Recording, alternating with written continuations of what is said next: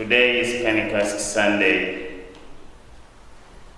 We come to express our joy and gratitude in a God who keeps in touch with us all, most especially as His church. And as we pray in this Mass, let us also keep in mind a special touch on people, especially our brothers and sisters in Minneapolis, who have been badly hit by the things that have happened there. The week we are concluding, that they too may be renewed by an outpouring of the Spirit, a Spirit that will lead them to forgiveness and reconciliation, a Spirit that will grow peace and tranquility and harmony. The day we are celebrating is Pentecost Sunday, as I said, and it's an important day of an abundant outpouring of the breath of God. When this breath of God was poured, it made the church then and us alive and active in God. The Acts of the Apostles has given us an experience of what happened when the Spirit came and settled on the lives of the apostles. The two writers, Luke in Acts of the Apostles and John in the Gospel, are speaking about the same truth but in different ways. Luke brings out the coming of the Holy Spirit and connects it back with the Old Testament on the descent of the Ten Commandments. When the commandments of God were given to Moses, there were spectacular manifestations that showed that the law of God was received with great magnificence and great honor. The reason why he talks about thunder, cloud, and fire, and everything that was connected with the Old Testament reception of the law. And in that way, Luke is saying that the Holy Spirit is the new law that is given to the infant church at the time it was received.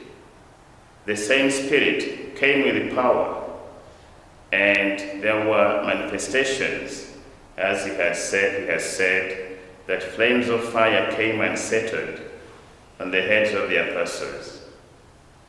He means that there were undeniable signs of God's power that had settled on the apostles. And these things were evidently seen among all people. John, on the other hand, is saying that Jesus gave His Spirit on the very day of His resurrection, when He came to meet the apostles in the upper room. While the law was given to Moses on the mountain, the new law was received by the apostles in the upper room. Both of them are raised locations. And so this means that in order to get in good connection with God, we have to raise our hearts to God. We have to raise our minds to Him. We have to raise our intentions to Him and allow Him to fill us and allow Him to touch us with His touch that enlivens us, with a touch that makes us alive in Him. What this special touch did was evident in both cases. In the Acts of the Apostles, the apostles were gathered in the upper room, all together. In the Gospel of John, they were still behind closed doors in one place. So the Spirit comes to keep and make us one as church. And this is the work Christ has begun, that the Spirit comes to maintain oneness. And when the apostles speak, the language they speak is understood by everyone. And this is the universality of the church, a church that is meant to make understood the wonders of God among all nations. So this mission is an invitation to all of us to tell and go forth with the wonders of God and communicate them generously to all peoples, to make the love of God understood, to make the love of God felt, and to make the love of God known. Where the Holy Spirit settles, there is holiness. And that's why we are called a holy people, a consecrated nation.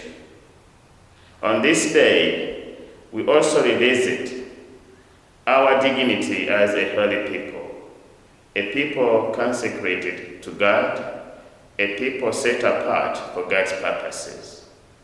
And when we receive the Holy Spirit in baptism, we are set apart specifically for this, for God's mission.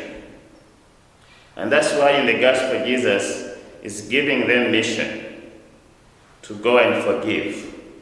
Whose sins you forgive shall be forgiven. He is empowering them for mission, a mission that is productive, a mission that is meant to recreate people's hearts, a mission that is meant to make people friends of God. And as they do this, they do it as a people who are sent. And this is why the church is called apostolic. We have a special backup. We have a special recommendation. We have a special approval from God. He's telling the apostles, go out, and as we saw last Sunday, go out and baptize them in the name of the Father and of the Son and of the Holy Spirit. Make people enter into the Trinitarian family, that authority he gave them to go and sanctify the world. So as they do this, they maintain the oneness, the universality, the holiness, and apostolicity of the church. All these things happened all together on Pentecost Day, and this is what makes us church. And that's why traditionally Pentecost is said to be the birthday of the church. We rejoice in this gift, so wonderful and great, a gift meant for our enlightenment. And when this Spirit is given, when this breath of God lands upon each one of us, it makes us and keeps us alive.